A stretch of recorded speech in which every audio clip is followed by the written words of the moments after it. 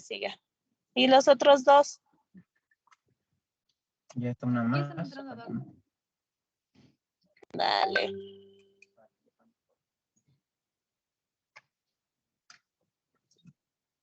Sí, empiecen. Doga no me permite compartir desde el anfitrión. Y la Katy primerita que no se pone cámara.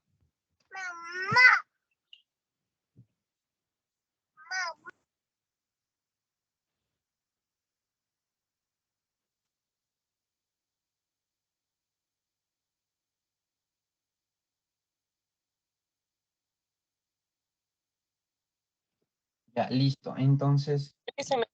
ya en cuanto al examen físico se va a dividir en la inspección, en la palpación y en la otoscopía. Entonces, en cuanto a la inspección, nosotros tenemos que recordar un poco la anatomía del conducto auditivo externo para, o sea, y en cuanto a la observación, pues ver si está alguna de estas partes anatómicas alteradas. Entonces, tenemos el hélix, la fosa triangular, el antihélix, el trago, Recording in progress. el trago, el antitrago, la fosa escafoide, la concha y el lobo. Entonces, o sea, desde aquí ya partimos a ver si hay algún tipo de patología, si solo con la observación vemos si hay algún tipo de secreción. Bueno, ahí tenemos que nosotros evaluar la implantación, la estructura, el tamaño, la configuración, la simetría, si hay algún tipo de atresia, puede ser a nivel del hélix, a nivel del lóbulo, si hay algún tipo de malformación, ver el estado de la piel, por los procesos inflamatorios. Puede ser que el conducto auditivo externo, solo viéndole ya esté eritematoso, puede tener algún tipo de úlceras, una neoformación.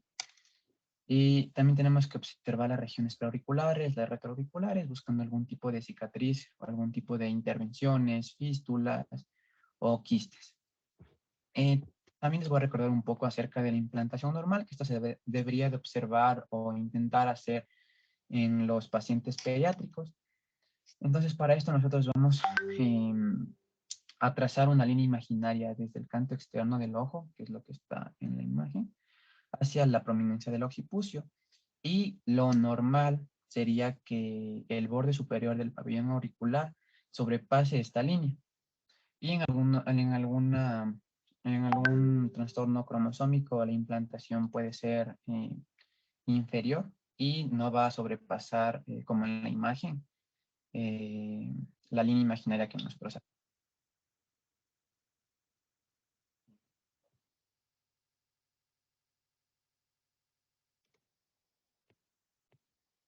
Ya, bueno, en cuanto a la palpación, nosotros tenemos que buscar algún tipo de adenopatías preauriculares, buscarse de algún tipo de zonas dolorosas. Entonces aquí tenemos algunas zonas dolorosas. Chicas, denme unos 15 minutos, 10 minutitos, ¿ya? Hagan, si quieren, bueno, explicarles lo que es la palpación, pero el reto del examen físico de diapasón es igual. O espérenme para ya explicarles todo, ¿ya? Denme 10 minutos. Ya, entonces, esto no expongo de palpación, ¿no?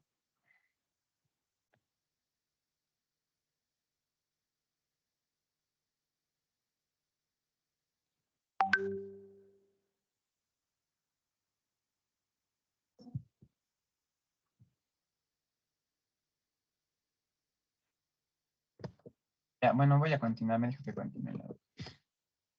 Bueno, verán, en cuanto a la palpación, vamos a tener puntos dolorosos, que va a ser el punto antral, que este se va a encontrar detrás de la oreja, sobre la parte antero superior de la... Ayúdame señalando, por favor, ya. No, ahí, eso, ahí es el punto antral.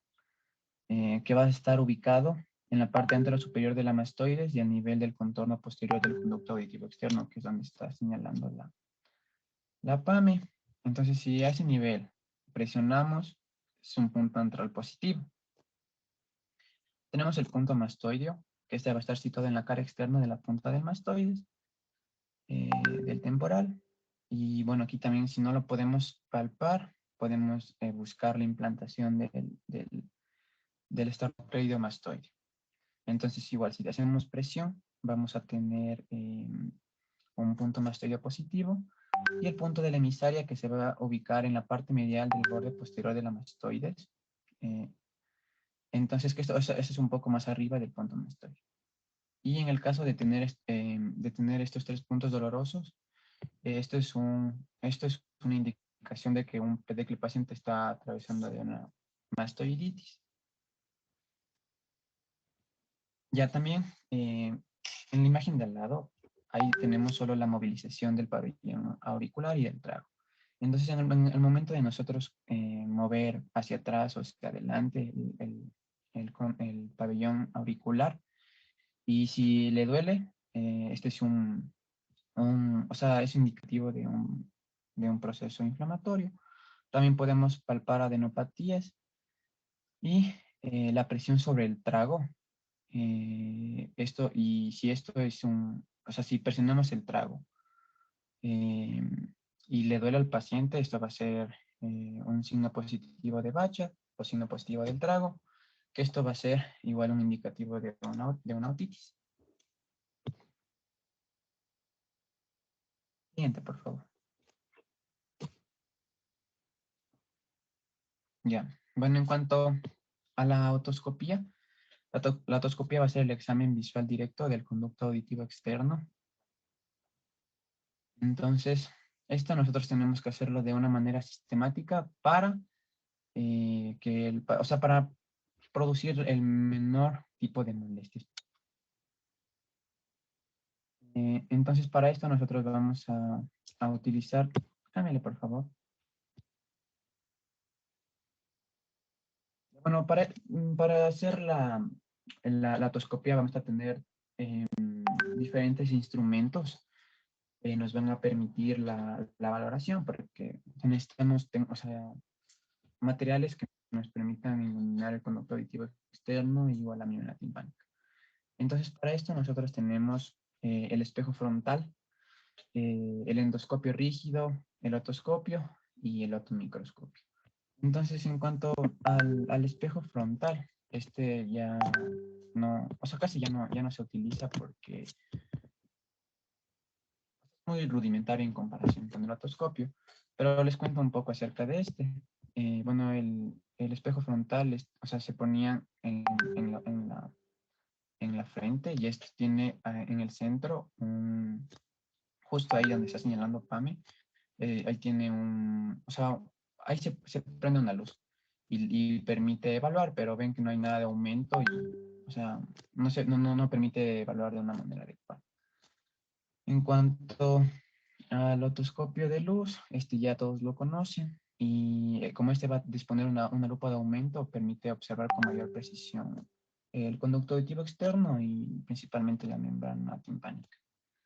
Tenemos el otomicroscopio, que igual quizá los que ya fueron a rotar han visto. Entonces este va a ofrecer una visión binocular como un microscopio y esto va a permitir un aumento mayor.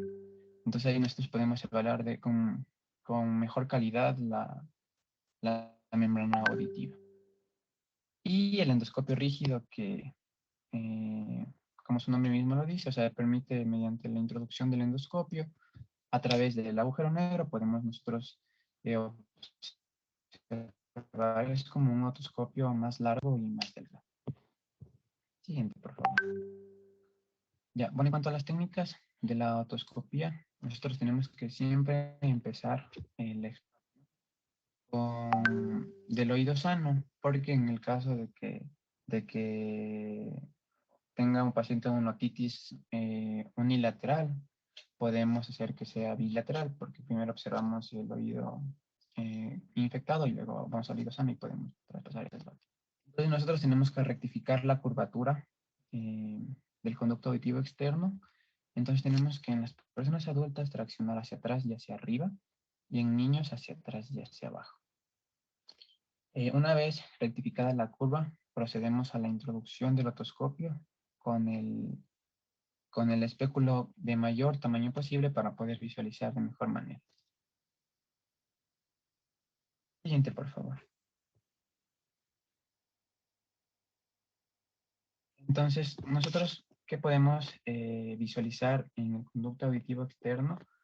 Bueno, primero nosotros tenemos que evaluar en un estado normal el conducto auditivo externo, como ya hablaron en la anatomía. Este va a ser cartilaginoso en su parte externa y luego se va a transformar en una parte ósea. En el tercio externo va a corresponder a la porción cartilaginosa y nosotros vamos a poder observar glándulas y los vellos. Y en los dos tercios internos nosotros podemos observar solo piel delgada. Aquí ya no tenemos cilios y podemos ya observar la membrana timpánica. Podemos ver los cilios y las glándulas sebáceas. Ahí están los cilios y ahí están las glándulas sebáceas, que es lo que está en blanco. Y ya introduciendo un poco más hacia adelante, observamos la membrana timpánica con todas las partes. Ya la doc nos explicó en la clase que tuvimos presencial. Ya. ¿Qué podemos encontrar de alterado en el, en el, en el conducto auditivo externo? Pues podemos encontrar un tapón de cerumen, que en este caso es muy grande. Por favor, señálale. Y también podemos encontrar cuerpos extraños, que, bueno, la doc ya explicó lo que podemos hacer en caso de que tengamos un insecto o algún grano. Ya también podemos encontrar la exostosis y el osteoma. La exostosis va a ser un crecimiento óseo benigno. Esto va a obstruir el conducto auditivo y puede producir una obstrucción parcial o total.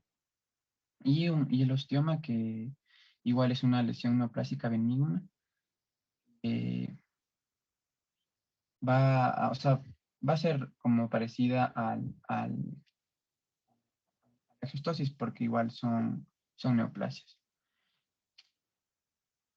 Siguiente, por favor. Y bueno, aquí también podemos observar que las paredes se pueden inflamar y pueden llegar miren, como el conducto auditivo externo está casi que obstruido en su totalidad. El inflamatorio es tan extenso que tiende a cerrar las paredes del conducto auditivo. Y también se pueden producir otitis externas por aspergilo. Y aquí ya son indicativos ya más extensos, que eso van a hablar mis compañeros en el siguiente.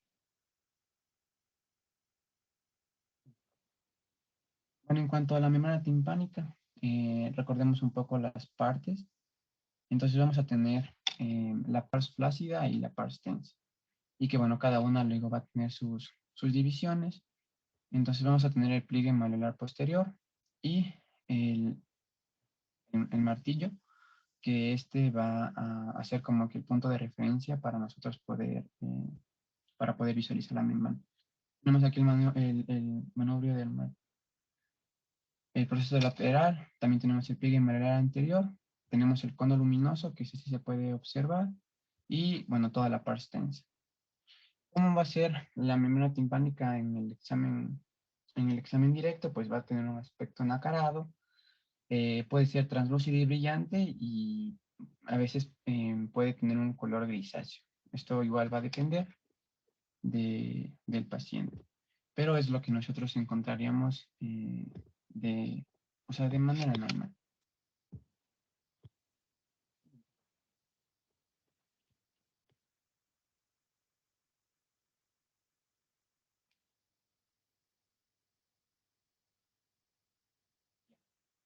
Bueno, aquí tenemos una imagen más real de lo que nosotros podemos observar. Entonces, tenemos el mango del martillo, eh, tenemos la pars tensa, la pars flácida, los procesos laterales y el triángulo luminoso. Sí, bueno, aquí está. La membrana timpánica, nosotros la podemos dividir en un cuadrante póstero superior, en un cuadrante antero superior, en un cuadrante. Lo ideal sería evaluar como por cuadrantes para ver si existe algún tipo de alteración, si hay algún tipo de cambio en su color, puede estar eritematosa, puede estar, podemos observar la perforación de una manera más directa y haciendo una evaluación adecuada, pero pues han visto que en el momento de la consulta no se realiza así, sino que se evalúa todo de una manera más directa. Y bueno, o sea, aquí tenemos un esquema y aquí tenemos ya una imagen más real de cómo lo podemos dividir en una parte posterior superior, anterior y la posterior inferior. Entonces nosotros aquí tenemos que evaluar los cambios en el cuerpo, porque estos van a ser, cámbiale por favor. Ya, nosotros, los cambios patológicos en la membrana timpánica pueden ser cambios en el color, alteraciones en los relieves, alteraciones en la integridad y alteración en la posición y en la movilidad. Pueden estar de un aspecto blanquecino en una otitis media aguda supurada o pueden aparecer placas de timpanoesclerosis que van a dificultar la visión de la profundidad, o sea, ya no vamos a poderla observar. También puede estar enrojecida en otitis medias, pueden estar, puede haber, o sea, podemos observar sangre, puede estar azulada o aframbuesada, que esto se va a dar en los paragangliomas, y también puede estar amarillenta en procesos víricos. Tenemos las alteraciones en los relieves normales, y aquí vamos a observar que el mango del martillo va a sobresalir en exceso, y esto puede ser un indicativo de hundimiento de la membrana timpánica, porque el martillo está como, o sea, está sobresalido.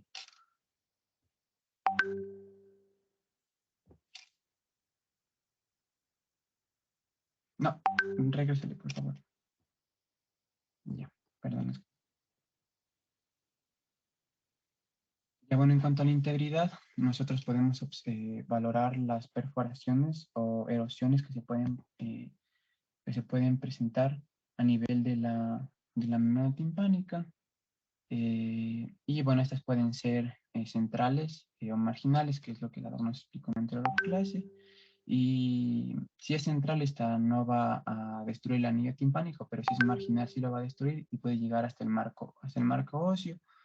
Esto puede poner en riesgo eh, el, el traspaso de los impulsos a nivel del martillo, el yunque y el estribo. Y también podemos tener alteraciones en la posición y en la movilidad. Entonces aquí pueden estar hundidas en la pared medial de la caja del tímpano y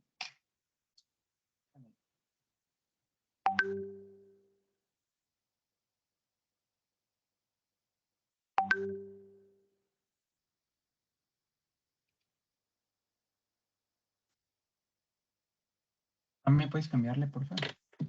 Ya. Ya bueno, en cuanto, aquí tenemos imágenes un poco más didácticas de lo que les comentaba antes. Entonces tenemos aquí la membrana timpánica, que tenemos aquí un noma, que se va a caracterizar por la presencia de otalgia, fiebre, o sea, son ya síntomas más generales. Y nosotros podemos ver que, o sea, el conducto auditivo externo va a estar enrojecido, ya podemos observar zonas amarillentas, la membrana está abombada y aquí no va a haber, o sea, puede estar alterada la movilidad de la membrana timpánica, también va a haber pérdida del triángulo luminoso y puede haber dolor a la presión neumática. También podemos observar la otorrea y tenemos las perforaciones de la membrana timpánica con ya timpanoesclerosis. Entonces aquí vemos la perforación de la membrana timpánica y aquí ya procesos de esclerodermia. Siguiente, por favor. Y aquí tenemos ya procesos mucho más graves que se van a caracterizar, que es una otitis media con efusión. Se va a dar en pacientes que tienen infecciones de oído de manera recurrente. Entonces vemos que ya no encontramos la membrana con su aspecto nacarado, como vimos en las primeras imágenes que les puse, sino que ya tenemos la membrana que está bombada, van a presentar un líquido medio como ya negruzco, que esto ya es un mal signo. Siguiente, por favor. Y también tenemos que nosotros deberíamos hacer la exploración de la permeabilidad de la trompa de Eustaquio, que es parte de la especialidad de la laringología. Entonces vamos a tener dos maniobras principalmente. La maniobra de Valsalva y la maniobra de Toynbee. La maniobra de Valsalva, aquí se le pide al paciente que haga una inspiración profunda. Le pedimos que cierre la boca y que tape la nariz con los dedos. Y una vez hecho eso, se le pide que expire fuertemente, intentando expulsar todo el aire que tiene, o sea, que tiene en el sistema respiratorio. Y si se consigue la apertura de la trompa de Eustaquio o sea, por la presión nasal, se va a prestar un abombamiento en la membrana timpánica que se puede acompañar con un chasquido. Pero esto va a ser... Digamos, chicos, chicos. Hoy sí. estás escuchando todo. ¿Mandé? Están escuchando la consulta ustedes. No, Doc, no le escuchamos porque se silenció. Ay, Dios. No, no me silencié. No estaba silenciada.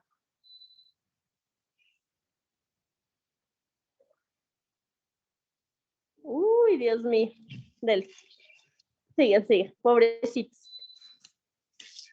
En cuanto a la maniobra de Toimbe, esta se le pide al paciente que igual que haga una inspiración, que se tape, o sea, pero para esto el paciente debería tener,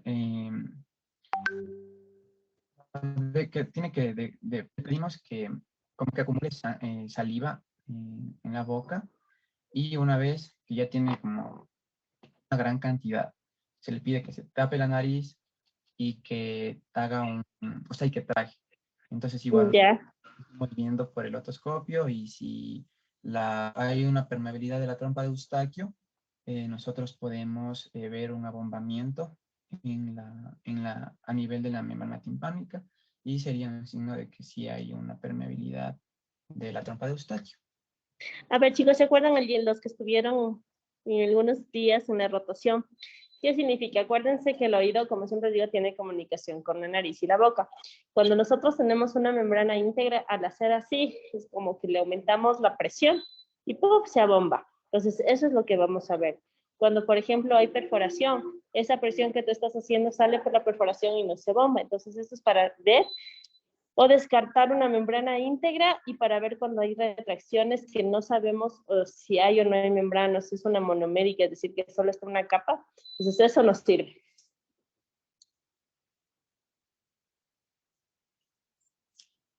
Entonces, sí vieron, chicos. No me pongan a sacar a Jonathan, que sí viste. Yo no he dicho nada. Ah, bueno.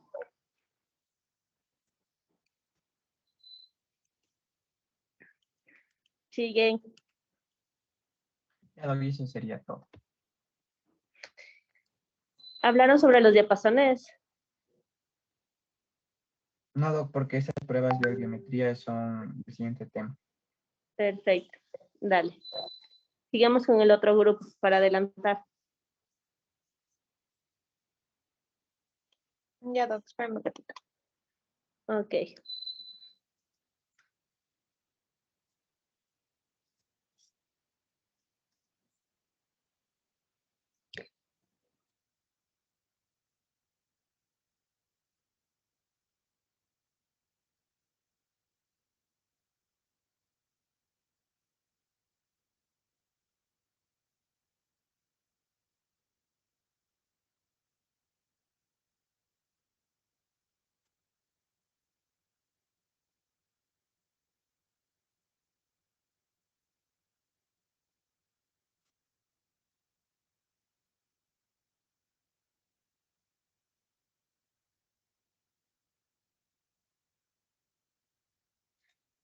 Ya, bueno, buenas noches con todos. El tema de hoy son pruebas audiométricas, otitis externa, otitis media e hipoacusia. Sí, Ujú.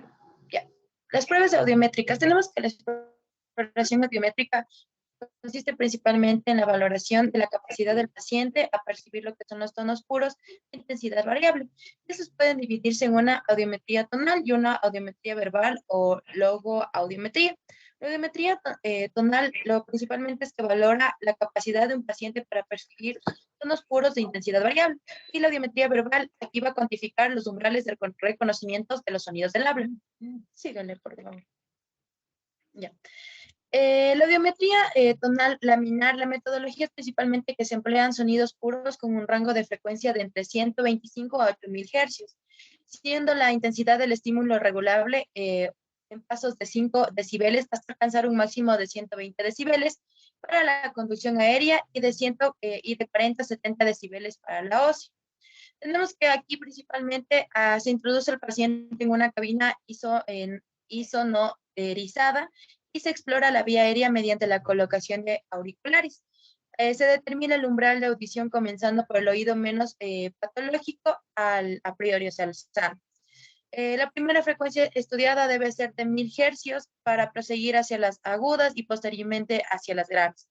Aquí principalmente tras concluir la determinación de los umbrales de la vía aérea, se procede a la estimulación de la vía ósea, sustituyendo los auriculares por un vibrador que se coloca sobre la piel retroauricular. Síguele, por favor. Con relación a la interpretación de los resultados, aquí la comparación de umbrales obtenidos mediante la estimulación de ambas vías auditivas se clasifican, se van a clasificar automáticamente en transitiva o perceptiva. Chicos, Aquí al hay conocer una las diferencias. cosa. Antes que audiometría tonal, primero tenían que hablar de la acufonometría, es decir, de los diapasones. ¿Sí hablan? No, creo que no. Todo eso es examen físico. ¿Y de dónde entonces cómo van a saber qué son diapasones? ¿Cómo es? Audiometrías, tímpano, imperancia, todo eso tienen que darme, pero primero empiezan hablando de acufonometría. Acumetría, perdón, que es la prueba de los diapasones. Por favor, para la siguiente semana. Ya, Doc, eso ya lo aumento entonces. Ya. Bueno, entonces, bueno, seguimos aquí con se comparan las dos vías auditivas, se conocen las diferencias entre las dos vías y se van a registrar los datos obtenidos. Aquí principalmente en una gráfica audiométrica, la intensidad se anota en los ejes de las ordenadas, siendo el decibel de unidades y las frecuencias mediadas por los hercios en el eje de las abscisas. Aquí se van a anotar principalmente todo lo mediante una curva que se va a ir registrando después de haber realizado la prueba. Síguele, por favor. Ya, estas son las curvas que vamos a interpretar. Principalmente las hipoacusias, lo que vamos a identificar son las hipoacusias, que se pueden clasificar principalmente en hipoacusias de transmisión, donde hay una producción o una lesión del complejo tímpano-osicular. Aquí principalmente su trazado se puede ver que es una línea horizontal que se mantiene entre los 0 y 20 hercios, 20 decibeles, como se puede ver en la imagen de la izquierda. También tenemos las hipoacusias neurosensoriales. Aquí hay una lesión del oído interno. Su trazado en ambas curvas van a permanecer juntas y paralelas. Su recorrido es por debajo de los 20 decibeles.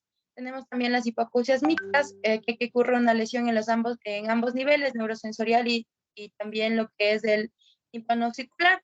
Y aquí esta principalmente se encuentra por debajo de los 20 decibeles como una acusia semejante a una hipoacusia neurosensorial. Sígale, por favor. ¿Semejante o es una audiometría o una hipoacusia neurosensorial? O sea, es similar porque, lo que leí decía que los decibeles se encuentran por debajo o parecido, semejante. O sea, es similar a debajo de los 20 decibeles como se puede encontrar en las hipoacusias neurosensoriales. Las hipoacusias neurosensoriales es cuando hay una disminución de las dos vías, ¿no? Uh-huh. Aquí les voy a mostrar un video para que puedan entender un poquito cómo se realiza la audiometría con la lámina. Dale, dale. ¿Era con sonido el video? Sí. Entonces espera un rato.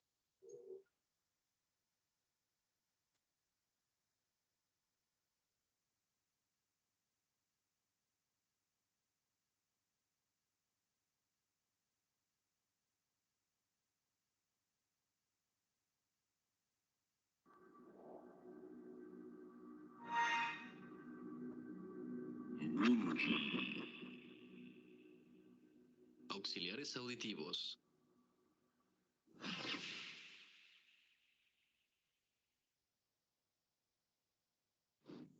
Audiometría. Introducción. Una audiometría es un estudio realizado para evaluar el funcionamiento del oído ante estímulos sonoros. Con este estudio podemos conocer la capacidad auditiva, la existencia de daño auditivo, así como el grado y tipo de pérdida.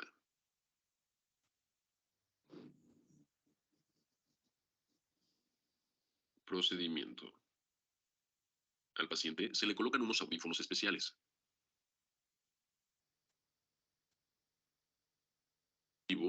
Así como el grado y tipo de pérdida. Procedimiento. Al paciente se le colocan unos audífonos especiales. El estudio debe realizarse en un ambiente tranquilo para que el ruido externo no interfiera, de preferencia en una cabina aislada acústicamente. Un especialista o técnico enviará sonidos al paciente a través de los audífonos. Pausa y que el video, por favor. Son generados con un equipo. Yo quiero que tú me expliques cómo va eso, no el video. Ya, a ver, principalmente el video. Sí, claro, es que es usted, si el video ustedes van a encontrar en YouTube, chicos, la cosa es que ustedes tienen que explicar bien para que entiendan, si no, el video van a ver cualquier rato en el YouTube. Ya, entonces, ¿cómo tiene que estar la paciente? ¿En dónde tiene que estar la paciente? Son cosas súper sencillas, explícame tú. Ya, a ver, principalmente lo que nos decía es que aquí el paciente se le va a introducir en una cabina, como pueden ver. También se va a colocar unos audífonos. Esa cabina, ¿qué tiene que tener? ¿Qué características tiene que tener? Esta cabina principalmente no tiene que permitir la introducción de sonidos extraños. O sea, tiene que ser... ¿Cómo se llama esa cabina? ¿Cómo entonces tiene que ser el nombre? No veas el video, apague el video. No estoy viendo el video, Doc, se me fue el nombre de la cabina. A ver, ¿cómo se llama esta cabina? Es como las cabinas que utilizan para las grabaciones de música. ¿Cómo se llama? Ya ves, es que el video, no quiero videos, chicos, ya. Si me ponen así, al que el video me explique toda la clase, ya perfecto, le pongo 10 al video. Y les pongo 0 a ustedes, entonces. Si les parece. Entonces, el video no me tiene que explicar, me tienen que explicar ustedes. Es una cabina insonorizada. Eso. ¿Qué quiere decir? Completamente aislada del ruido, insonorizada. Que sea aislada del ruido. Ya, la paciente entra, cómo tiene que estar, cómo tiene que estar sentada, qué tiene que estar. Ya, la paciente aquí principalmente, la cabina se encuentra justo al frente del observador, de lo que va a medir la audiometría. Aquí se va a producir principalmente, los sonidos van a ir desde agudos principalmente, para que la paciente vaya escuchando desde los decibeles más bajos, va a ir subiendo de 5 en 5. De ahí se va a ir evaluando. Hasta, como les expliqué anteriormente, se evalúa primero el oído que está afectado y después iremos al oído que está sano. No, esa es una normativa. Pero, ya. Y bueno, verán, tiene que estar la paciente, entra, pero tiene que estar a las espaldas es mejor que esté a las espaldas del audiólogo, ¿listo? ¿Por qué? Porque esas a veces te pueden pasar te puede dar falsos negativos. El rato de ser un logo que te dice palabras, ellos pueden leer los labios y darte un falso negativo. Por eso es siempre preferible que esté de espaldas o de lado, que no te vea. La otra, que tiene que ser con unos audífonos, sí, que te tapen, pero son audífonos son 2 tipos de audífonos. Unos que se colocan en la parte de la mastoides y otros que son los grandes y se colocan tapando completamente el oído. No necesariamente empiezas desde el oído mal. Puedes hacer primero derecho y luego izquierdo. Bien, no es que es necesario empiezas, el paciente te va a decir, no es que tal vez los dos estoy mal o no sé qué oído estoy mal. No, empiecen mejor siempre, como cuando les digo que examinen. Háganse ya ustedes algún protocolo, empiecen siempre desde el oído derecho y hacen el oído izquierdo. Bien, y empiezan a partir de las frecuencias desde 500, empieza a estudiar. No, perdón, desde miles. Desde la 1000 para arriba y después de 1000 para abajo. Sigue, por favor. Ya. Tienes que tomar en cuenta también que aquí, bueno, una cosa más, para la identificación de que si el paciente está escuchando el sonido, aquí estos tipos de audífonos van a tener como que un manubrio donde va a tener la identificación de 2 colores. Para identificar si está escuchando el sonido, va a tener que aplastar un botón que va a ser principalmente de colores. Y ahí vamos identificando, o sea, va registrando los sonidos que va escuchando. Síguele, por favor. ¿Cuáles son los 2 colores? No es que El color si no escuchas, no vas a aplastar. ¿No? era el Ya, son rojo y el estandarizados igual. azul. Ajá, era el rojo y Exacto, el azul. rojo, ¿qué te dice? ¿Qué oído es? Principalmente se colocaba en la mano derecha, supongo que era el No, oído. no, rojo es derecho, azul Y es azul izquierdo. izquierdo. Como que no pasaste que no pasaste en la rotación. No he hecho la rotación, doc. Perdón. Es lo que estás ahí esperando, bien. Sí. Bueno, entonces ahí sí es la única que falta. El oído derecho y oído izquierdo. Como siempre les he explicado a todos los chicos, ¿te acuerdas, Katy? Tenemos el que señala si se llama un rojo siempre es derecho, el azul siempre es izquierdo. Bien, entonces quiero que me digas o quiero que me presentes la próxima clase. Yo ya les voy a dar en unos 5 minutos. Ya les presento el muñequito de Fowler para decirles más o menos los símbolos que también están estandarizados. ¿Ok? Entonces le ponen un sonido y el paciente si escucha, aplasta ese botoncito o alza la mano, señalando que sí escuchó. Perfecto, si no escucha, no alza nada y se quedan ahí en blanco, ¿ok? Sin reacción. Dele. Dale, síguele, pues. Ya. Ya. Con relación a la audiometría tonal supralaminar, tenemos que esta principalmente utiliza estímulos sonoros de mayor intensidad. Tenemos que aquí el paciente, que ya habíamos calculado previamente con la anterior prueba. Tenemos que aquí se valora las distorsiones sonoras, se determinan las zonas lesionadas de nuestros tonos auditivos neurosensoriales, y aquí esta prueba lo que va a estudiar son los reclutamientos, las fugas auditivas y la adaptación auditiva. El reclutamiento principalmente consiste en percibir una sensación sonora de mayor a la que corresponde la intensidad del sonido. La fuga auditiva principalmente se produce una disminución de la sensibilidad auditiva.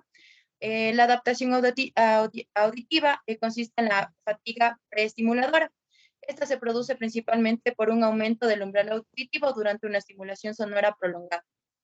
Síguele, por favor.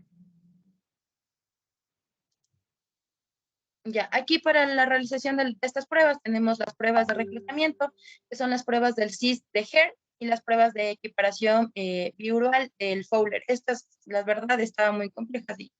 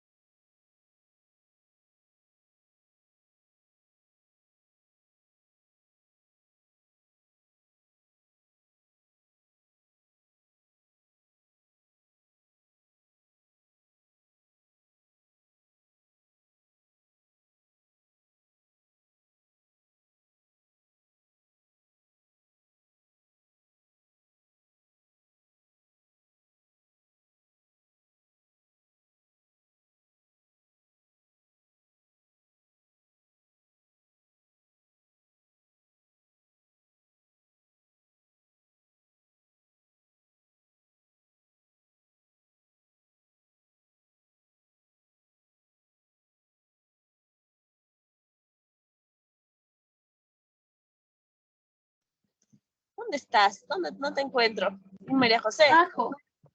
Ajá, y María José. Entonces ahí también tendremos que ver. Porque las chicas que cumplieron las 5 días están más salvados. Ahí tendremos que hacer algo con los chicos que estuvieron 2, 3 o 4 días. Tienen un poquito más en verdad, de un poco de prioridad para ver más días. Por ejemplo, está el grupo de Valer, el grupo de Richard. ¿Quién más? José también, que me debe unos 2 días. Pero yo creo que en tu segunda rotación igual ya me completas ahí. No tengo el lío contigo.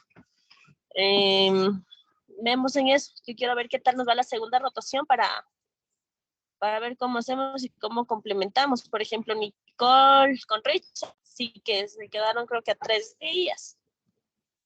4, doctor, el no. Ay, pobrecito, Dios mío, pero rápido viene a protestar. Lisette, sí, estuviste, no, Lisette, todos los 5 días. Jonathan estuvo los 5 días. Bueno, vemos ahí cómo hacemos, ¿ya? Esperemos que la próxima semana sí haya. Yo ya el martes estoy ahí. Entonces siento que el lunes Valerie, ¿no? Vale. Ahí van el lunes ahí van con Angelita, ¿ya? Ahí vemos, Doc, porque le cuento, en la curva de Santa Rosa, no sé si se ubica en la entrada a Uyumbicho, está con tráiler todo. Un poco antes de Tambillo, está todo con trailers, todito, no hay paso. Y verán que los de transporte pesado ya arreglaron con el lazo. Ese era, no sé, hoy día me pasaron así la foto, porque de los estados que se van viendo de la gente que también vive por ahí me pasaron la foto. Mi familia, veamos. y está todo cruzado. Yo No sé creo si se arreglaría, pero veamos. A ver, eso fue el mediodía. Yo creo que eso solo arreglaron los dirigentes y no más. Bueno, veamos cómo va. Si no, tenemos que hacer. Tienen que sea aplazarles una semanita más de rotación. Eso es Y lo tienen que que hablar con las pensamos hacerlo. universidades. No, lo que pasa es que tenemos que ver ahorita qué dicen con respecto a cuándo tienen que pasar las notas y así, pero creo que no habría problema de quedarnos una semana extra de lo que deberíamos. En todo caso, les paso las notas antes. Y Claro. Y de ahí ya nos pues, comprometemos. prueba de nariz con mis tremendos casos. ¿Cuándo les voy a Virtual, Doc, virtual. estar salvando ustedes? 20 a todos. Doc. Ay, No, tocará virtual, ¿no? me da que me gusta. Por la tutora de la página, como no de la página, ¿cómo se llama eso? Por la virtual me toca tomarles, aunque sea. Yo creo que sí, Doc. Pero no, yo quiero tomarles casos a ustedes.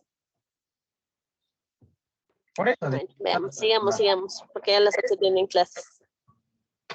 Sigamos, adelantemos clases. Dale. Sigue, por favor. Recording in progress.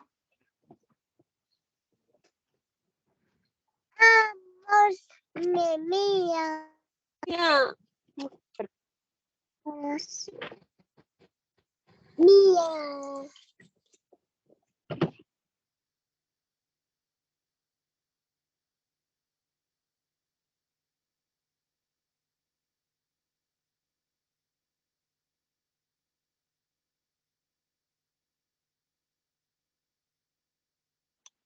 Sí se ve la pantalla. Yo sí, sigamos.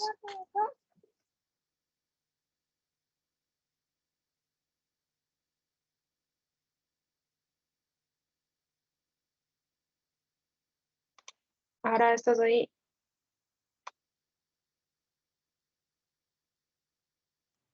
Ay, perdón, estoy con el micrófono cerrado. A ver, bueno, la prueba de Steve de Jaeger principalmente se basa en oír, es un sonido continuo de 20 decibeles por encima del umbral durante 2 minutos. Este principalmente va a ir aumentando 1 decibel cada 5 minutos y que el paciente va a ir anotando lo que vaya captando principalmente en una gráfica, en las gráficas que les mostré anteriormente. Aquí tenemos que el 20% de los test a veces salen negativos y del 20 al 60% son dudosos y el 60% salen positivos. La prueba de equiparación biural de Fowler aquí consiste en evaluar en la misma frecuencia el oído afectado y el oído sano. Aquí se envían lo que son estímulos por encima del umbral del oído sano y el enfermo, o sea, se van a ir evaluando de igual manera, o sea, no va a haber una diferencia. Después se emiten sonidos de manera alternante a cada oído, manteniendo la intensidad en el oído sano y aumentando cada 5 minutos 5 decibeles en el oído sano hasta que el paciente tenga la sensación de que son sonidos similares. Síguele, por favor.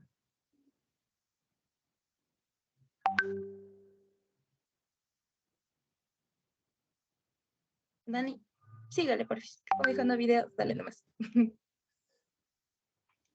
Sí, sino que se quiere poner el video. Tiene que cumplir. Ya. En esa es.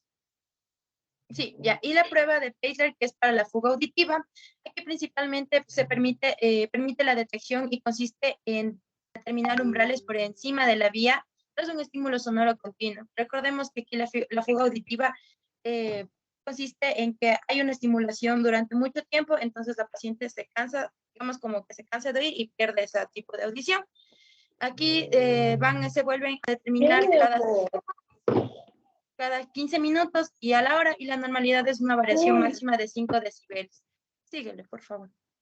A ver, el reclutamiento, ¿entendieron? Es que hay unas cosas, el reclutamiento también aquí es cuando ya hay una pérdida a nivel del nervio, es decir, ya fuera o ya pasaste la cóclea, ahí es el reclutamiento, que ya no entiendes. Entonces como que les vas pasando el sonido y después se cansa y va bajando otra vez el entendimiento. Eso significa más o menos reclutamiento. Y la prueba del CISI es para saber si en verdad escuchan o no escuchan. La papaya para la Micaela. Sí. Síguele, Dani. ¿Qué, mi amor?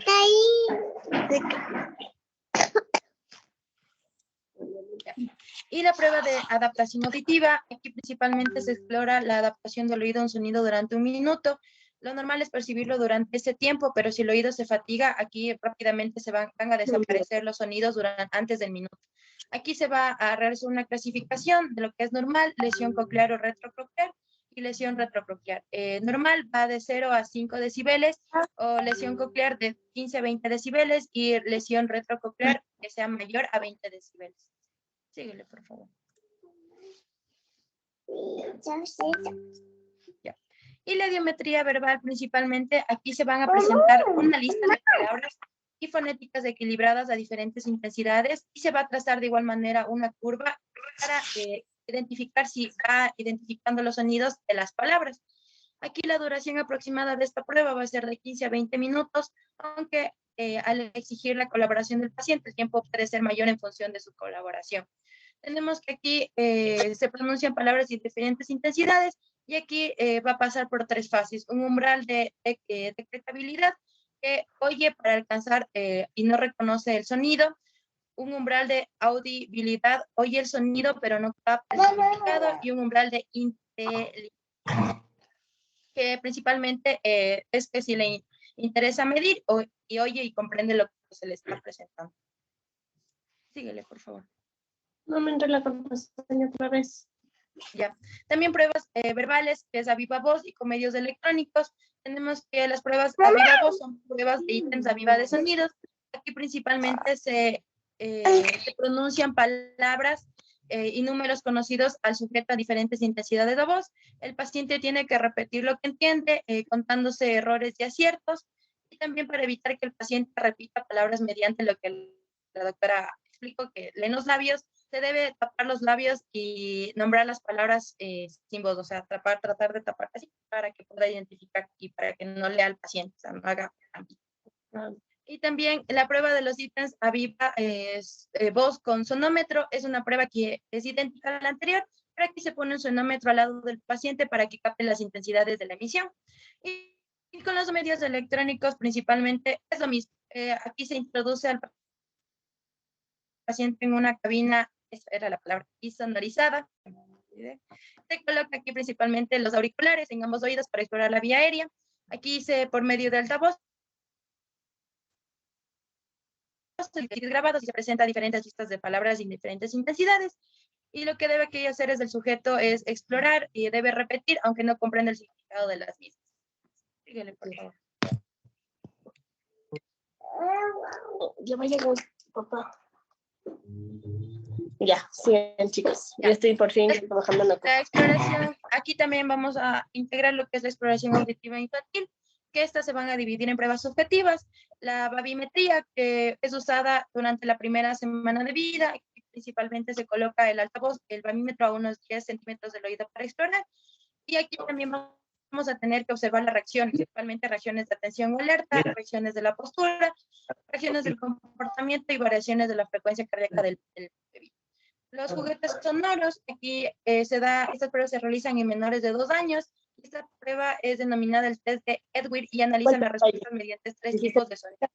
Frecuencias graves, frecuencias medias y frecuencias agudas. Las frecuencias graves se puede ver mediante, se puede evaluar cuando se arruga un papel. Las frecuencias medias cuando se hace el sonido de chocar una cuchara con una taza. Las frecuencias agudas, el ruido del cascabel.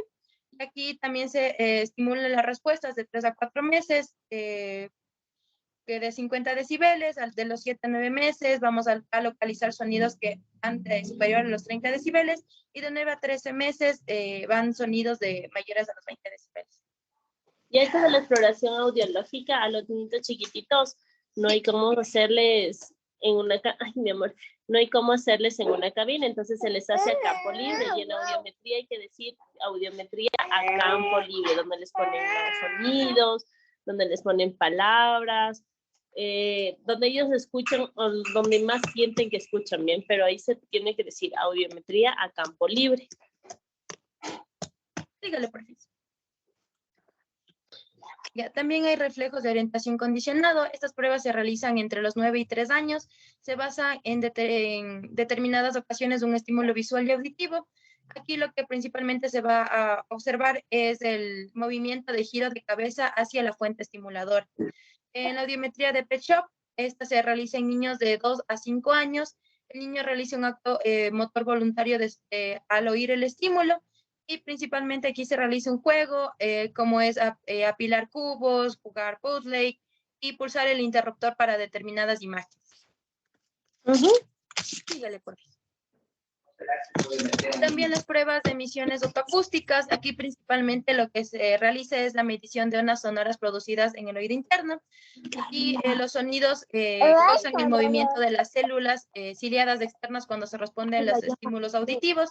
Y aquí se realiza mediante un receptor colocado en el conducto externo. Aquí la estimulación sonora mediante un clip emitido por un micrófono colocado en el conducto, como se puede ver en la imagen. El bebé con los audífonos. Dígale, por favor. Y también la respuesta auditiva automática del tronco encefálico, o también conocida como potenciales evocados. Esta es la respuesta auditiva del tronco encefálico, es decir, un potencial evocado que se origina en el nervio auditivo. Aquí se puede detectar las alteraciones a nivel de la cóclea, a nivel del nervio auditivo y la vía auditiva en el tronco encefálico. Aquí principalmente las mediciones se obtienen colocando electrodos en la frente y registrando las actividades de las ondas sonoras en respuesta al sonido. Las puede ver en la imagen de igual manera. Sígale, profesor. ¿Y cómo se evalúan estas pruebas audiométricas? Pues aquí la audiometría se refleja. ¿Qué nos sirve? Justo tú decías del cribado. ¿Qué es el cribado? ¿Qué células estudian y para qué nos sirve? Ya, el cribado principalmente evalúa lo que es el oído interno para evaluar lo que es si hay una pérdida o una hipoacusia ya a temprana edad. Pero ¿cuál es esto? Exacto, pero no solo estudia eso. Estamos hablando que Richard nos dio todos los núcleos, toda la vía auditiva. ¿Qué parte de la vía auditiva estudia? ¿O a qué específicamente te estudia las autoemisiones? Las autoemisiones estudia principalmente el nivel de la cóclea, la afectación del nivel al nervio auditivo. ¿La cóclea a cuál? No, allá lo específicamente que me estudia las autoemisiones. A ver, ¿cuáles eran las autoemisiones? A las células ciliadas externas. ¿Ya? Eso estudia súper bien a las células ciliadas externas, no las internas, sino las externas, los que tienen el movimiento. Y nos sirve para decir, escucha o no. Si escucha o no escucha. Pasa o no pasa el sonido. Suficiente. ¿Bien? Ya. Bueno, las pruebas audiométricas a veces también se complementa con lo que les refuerzo visuales. Y se evalúa la audición entre los niños de 6 a 24 meses de edad con un niño de audición adecuada. Síguele, porfis. Aquí se realizan actividades lúdicas principalmente para los niños. Ya. ¿Cómo es la detección y el diagnóstico de una hipoacusia infantil? Primero, en la primera etapa, lo que se va a realizar son en los primeros días de vida antes de la alta hospitalaria. En la segunda etapa, si esta prueba, o sea, la anterior, espérame, te va a acabar la batería. No te preocupes, que yo también quiero. Ay, hazme un favor, Richard, ¿me puedes pasar el link del Zoom, del ID? Porque no logro meterme así de una con el clic. El Ya, link. Pásame, Richard, el link, el ID de la reunión, por favor.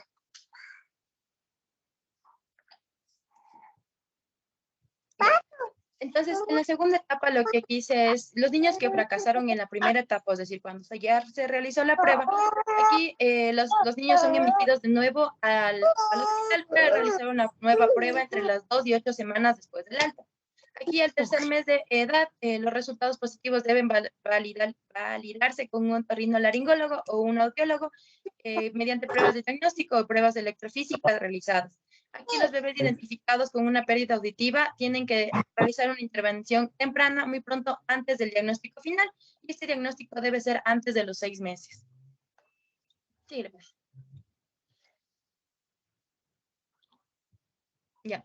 Aquí las técnicas, como aquí ya cuando se obtienen los resultados, aquí vamos a clasificarlos dependiendo la deficiencia auditiva, desde una leve, moderado, grave o profunda, que va de una leve desde los 26 a 40 decibeles, una moderada de los es del 41 a 60 decibeles, grave de 61 a 80 decibeles y profunda de 81 o más decibeles. Síguele, por favor. Ya, aquí principalmente los técnicas e instrumentos, se hace el procesamiento de los datos para poder realizar la evaluación de un rango de pérdida auditiva. Durante el cribado se coloca una pequeña sonda en el conducto auditivo donde se van a enviar estímulos sonoros. Los potenciales auditivos evocados del tronco cerebral automatizados se considera un estándar de oro para la realización objetiva de la audición de los bebés y los niños a todas las edades. Tenemos que la forma de onda de los bebés se puede comparar en una plantilla de datos estándares y se va a determinar mediante un logaritmo matemático. O sea, todo esto se va ya a tener mediante un... Todo ya está realizado. Aquí solo te va los resultados y el bebé pasa la prueba. Ya. Y ya. Y las otitis externas, síguelo. Ya. ¿Cómo podemos clasificar? Bueno, una otitis externa principalmente se caracteriza por la inflamación que comprende tanto el conducto auditivo externo y la parte de la membrana, la parte externa de la membrana auditiva. Tenemos que la principal causa de esta infección es la causa infecciosa. Tenemos que el 90% es una etiología bacteriana y la principal causa va a ser una otitis externa difusa o también llamado otitis del nadador. Tenemos que la causa habitualmente lo que es dolor, otorrea, tenemos hipoacusia leve. Esta ocurre en frecuencias principalmente de verano en relación con la exposición prolongada a lo que es del agua. Síguele, por favor. Ya. Según la clasificación, las otitis externas se van a clasificar en bacterianas, micóticas y víricas. Las bacterianas tenemos las localizadas, las difusas y las malignas. Las micóticas tenemos otomicosis y las víricas tenemos meningitis bullosa o el síndrome de Ramsay-Hunt. Síguele, por favor. Ya. En la otitis externa circunscrita o localizada, tenemos que esta es una infección de uno o de los forúnculos pilosos del tercio externo del oído. Esta se va a denominar también forúnculo y la etiología principalmente es del Staphylococcus aureus. La patogenia principalmente se piensa que el germen se inocula tras un rascado, es decir, el paciente se rasca la nariz y con el mismo dedo puede irse a rascar también el oído. Tenemos que también, aquí hay antecedentes de los que manipulación del conducto externo, también las pacientes que usan prótesis auditivas. Dentro de las manifestaciones tenemos la otalgia o hipoacusia, la otorrea, si hay un drenaje de estos forúnculos. Tenemos también que pueden aparecer lo que son adenopatías inflamatorias preauriculares o retroauriculares y la palpación del trago. Y también hay cuando se moviliza el pabellón, este puede ser doloroso. Tenemos que en el diagnóstico se realiza mediante una otoscopía Y aquí lo que se va a apreciar es una tumoración hiperémica, que se puede también en ocasiones, puede estar supurulenta. Tenemos que aquí en el forúnculo principalmente se puede observar como en pirámide, podría decirse, así. Y se puede ver justo en el vértice, se puede ver un absceso y justo en el centro se puede ver el pelo en el conducto. Es que está completo. Tenemos, Uno de los problemas de la otitis externa, igual que ya se cierra, es un edema completamente del CA, es decir, de aquí de afuera del oído. Entonces ustedes no van a ver y lo único que le van a ver, como tú dices, es el forúnculo, esa espinillita ahí que puede estar secretando y les causa tremendo dolor. Entonces, mientras no desinflamemos eso, no podemos saber si hasta la supuración viene de la membrana. Entonces, nosotros se le denomina otitis externa, ¿no? No, mejor dicho, es una otitis externa porque tú sabes que es un conducto. Ya. Principalmente aquí lo que tenemos que tomar en cuenta es realizar con cuidado la otoscopía porque cuando se introduce el otoscopio puede exacerbar el dolor y también le duele al paciente la realización del examen principalmente. Si no me pico, ¿dónde están? Síguele, por favor. Y Richard también se me fue. Ya. ¿Qué pasó con Richard, Natalie? Nicole, perdón. No sé, Doc. Doc, a mí me dijo que había problemas afuera de su casa y que si es que le podía avisar a usted porque dice que estaban pinchando las llantas y que se fue para abajo. Bueno, porque justo le estaba escribiendo que me dé algo, que me dé la ID de la reunión. Carolina Gómez y María José Pasquel. María José Doc, sigue. yo le mando el ID por aquí porque yo soy la anfitriona, porque estoy grabando yo la reunión. Entonces ya le mando por el chat, por favor. Y ahí Carolina Gómez y María José. ¿Quién? Aquí estoy, Doc.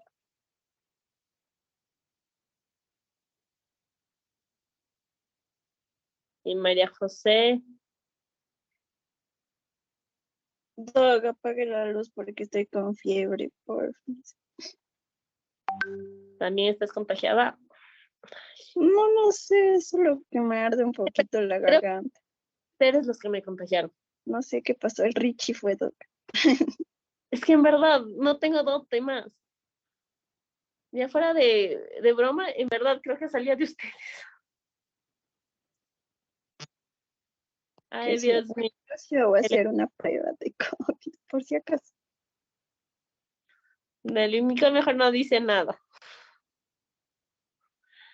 Ay, les voy a matar. Estaba bien inmune también.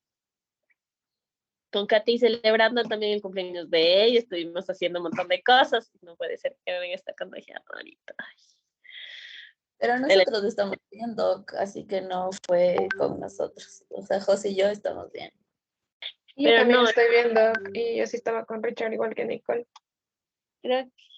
Pero Richard, ¿se hizo o no se hizo el antígeno? No dice nada. Siguen mejor antes de matarle. Bueno, aquí el tratamiento de este tipo de otitis va a ser un no farmacológico y farmacológico. El no farmacológico principalmente es un calor local que favorece principalmente la maduración y el drenaje espontáneo de este forúnculo. Pero aquí si el forúnculo no drena después de unas 48 horas, lo que se realiza es un drenaje quirúrgico mediante identificando la zona que está supurando. También el farmacológico, que son los localizados, como la mupirocina tópica al 2%, que se aplica cada 8 horas. También la ciprofloxacina del 0.3%, de 4 a 6 gotas durante 8 horas, cada 8 horas durante 7 días. Cuando ya hay una celulitis asociada, tenemos el uso del amoxiclavulánico de 500 en 125 miligramos cada 8 horas durante 7 días.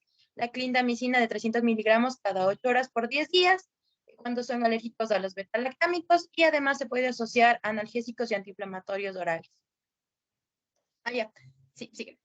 Sí, thank you por las claves. Es que estoy en esta computadora y miércoles no logro entrar en la computadora. Sigan, chicos. Ya. Ya no sé qué. La otitis externa difusa o también conocida como oído de nadador. Esta afecta a toda la piel del conducto auditivo externo y también puede afectar lo que es la cara externa del tímpano. Esta es una inflamación de todo el epitelio del conducto auditivo externo y es muy frecuente, como les expliqué, en las épocas templadas del año y principalmente porque aquí hay, o sea, las épocas calurosas, ya que hay mucho contacto con el agua. Tenemos que el principal agente etiológico es la pseudomonas. También puede estar relacionada con el Staphylococcus streptococcus, y tenemos que la patogenia, principalmente aquí hay que tomar en cuenta diferentes características de lo que es el huésped. Principalmente, como les expliqué, la sudoración, también en las épocas de verano que aumenta la sudoración, más hay colocación o ir a ingresos de piscina, bañarse más tiempo, y todo esto lo que va a afectar es el campo lipídico que cubre la piel y que protege a esta zona de infecciones por hongos o bacterias. Aquí también los lavados muy frecuentes impiden lo que es la restauración de esta cubierta grasa, que es del serum, que facilita el paso de los agentes infecciosos a la dermis. También tenemos los frotamientos o también los pequeños traumas en el conducto auditivo externo, que puede facilitar la aparición de las enfermedades, como es el uso de los cotonetes, que eso es perjudicial. También tenemos las manifestaciones clínicas, tenemos que se acompaña principalmente de... se acompaña principalmente de notalgia, de una torrea acuosa o la presencia de hipoacusia o acúfenos y el trago positivo. Esta es principalmente aparece al palpar el trago cuando se tracciona el pabellón auricular, para arriba, así, y les duele. O sea, es trago positivo cuando les duele. Y el diagnóstico principalmente se realiza con, bueno, aquí se puede encontrar un enrojecimiento de la piel del meato auditivo externo, también se puede, incluso del pabellón auricular. Se puede encontrar también una secreción acantonada, o sea, y se puede, cuando se seca se forman unas costras amarillas, como se puede ver en la imagen. Esas costras amarillitas, justo están. Esas costras amarillas, que también se puede observar lo que es en el otoscopio. También se puede observar enrojecimiento y aparición de una hinchazón retroauricular que se desplaza hacia adelante y el pabellón auricular. Dígale, por favor.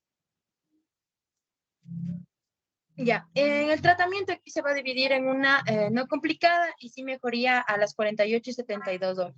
Al inicio, en este tratamiento no están indicados el antibiótico de inicio. Aquí se debe tener una conducta expectante más el uso de analgesia y acidificantes del medio, como es el ácido acético al 2%, y esto se coloca de 3 a 6 gotas, de 6 a 8 horas por 5 a 7 días.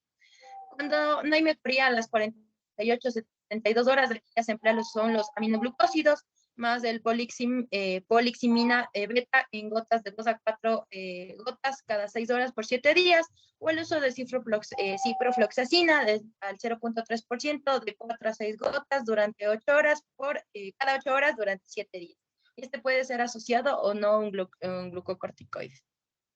Ya, una cosa, chicos, justo me dicen que quieren seguir tener de largo ahorita las clases.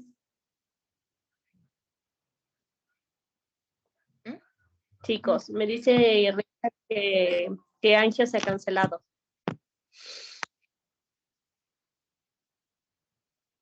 Cirugía. ¿Por qué tienen cirugía?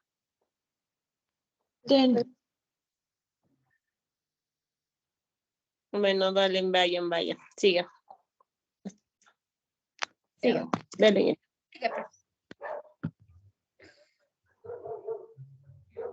Síguele, Dani.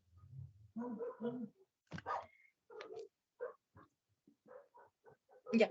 Y la otitis externa maligna, que esto principalmente es una infección del oído externo que aparece en los pacientes diabéticos, inmunodeficientes y los ancianos.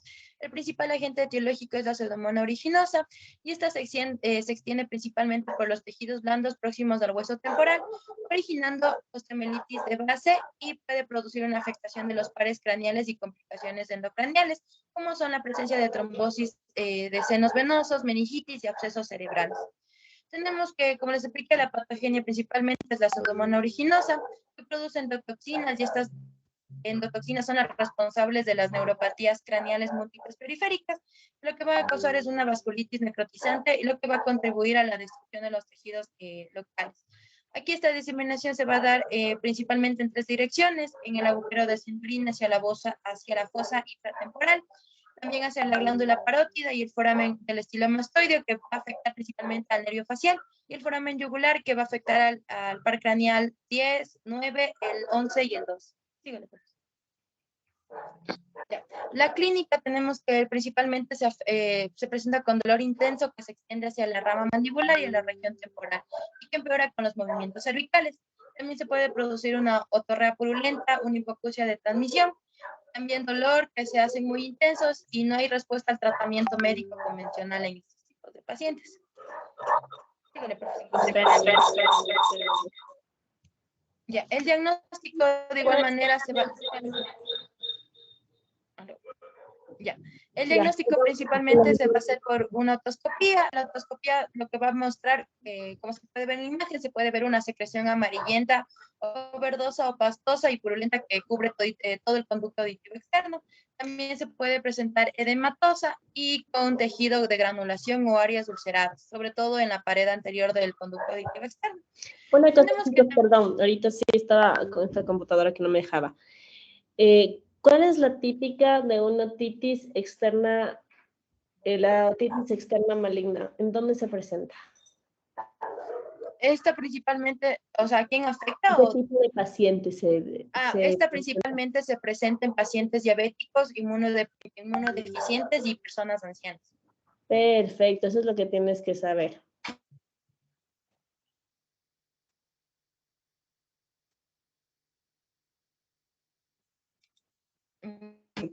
La sintomatología en diferentes medios, o sea, en diferentes grupos. Hay criterios mayores y criterios menores que son necesarios para el diagnóstico de una otitis externa maligna. La otitis, en los criterios mayores tenemos el dolor, la otorrea, el edema del conducto auditivo externo, la presencia de granulaciones, datos de afectación ósea en gamatografía o accesos detectables, también la presencia de ozonomona originosa.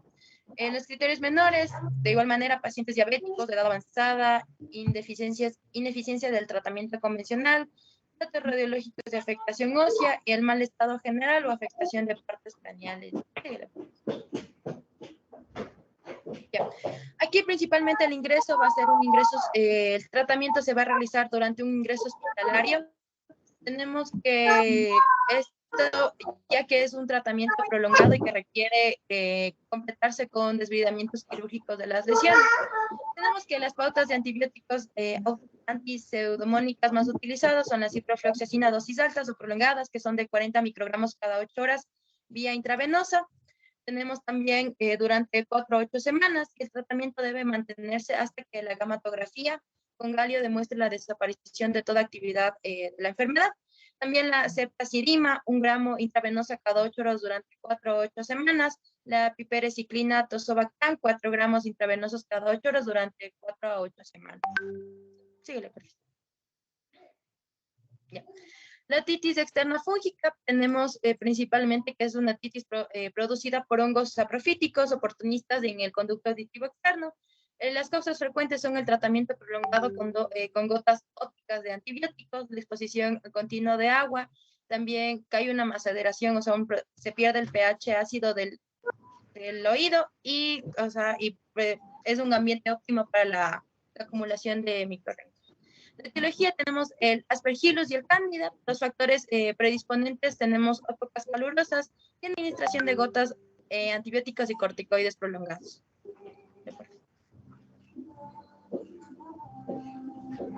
La patogenia, aquí principalmente lo que es el hongo se implanta en el estrato córneo de la piel del conducto auditivo externo.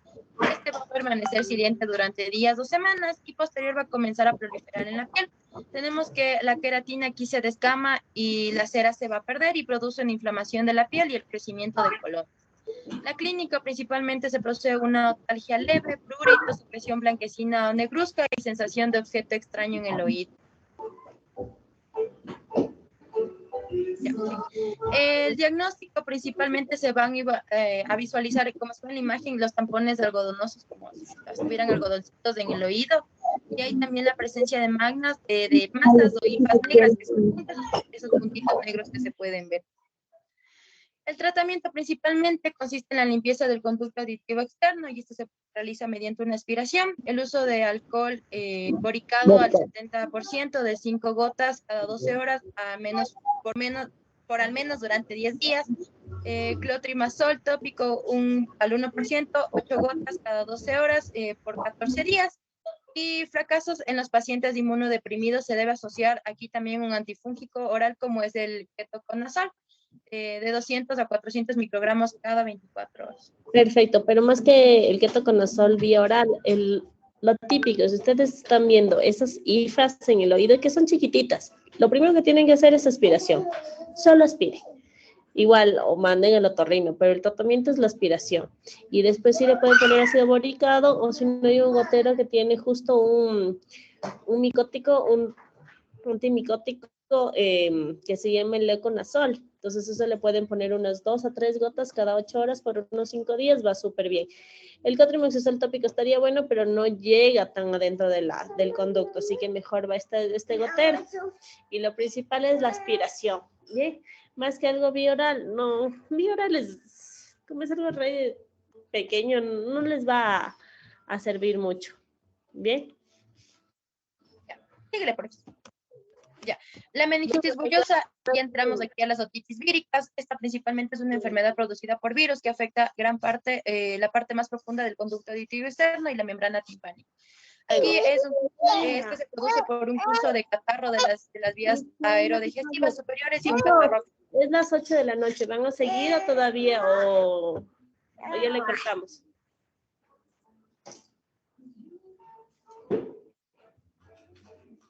Creo que está ahí, Doc, porque el Richard no está mismo. Sí, tiene algún problema con la familia que sí es entendible todo esto. Esto del paro sí ha complicado un montón de cosas. A ver, me dicen que tienen clases ahorita de angio. ¿O no? De angio no, de cirugía. Cirugía. Pero no tienen cirugía de las 10 de la noche. No, hasta las 10 de la noche tal vez. Bueno, vayan chicos, entonces nos vemos, esperemos el día martes. Entonces seguimos con las clases porque aquí están bla bla y quiero que me entiendan más, ¿bien? ¿Qué más? Si regresamos el martes la prueba. Si no, nos seguimos viendo por acá, ¿bien? Vemos si el día martes mismo a la hora que nos tocaba o nos ponemos de acuerdo a otra hora también para intentar aprovechar y adelantar clases, que estamos atrasados. ¿Bien? Vayan chicos, tomen que sea 2 segundos de receso. Recording stopped. The recording has... Gracias, Doc. Gracias, Doc, hasta luego. Gracias. Perdón por el